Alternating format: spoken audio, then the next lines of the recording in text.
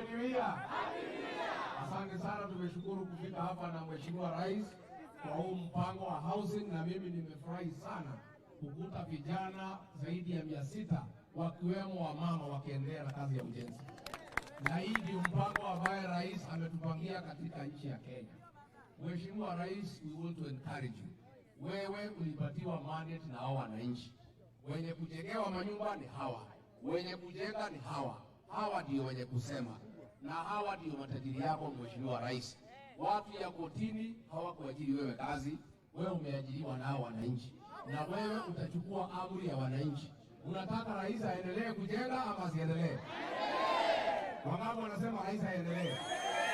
And Your Excellency, what is happening is that wale ambaye walikuwa wameamua na wakasema hutakuwa rais wa Jamhuri ya Kenya, wale walikuwa wamesema ya kwamba vile umepita hautafaulu kwa sababu Kenya iko na madeni.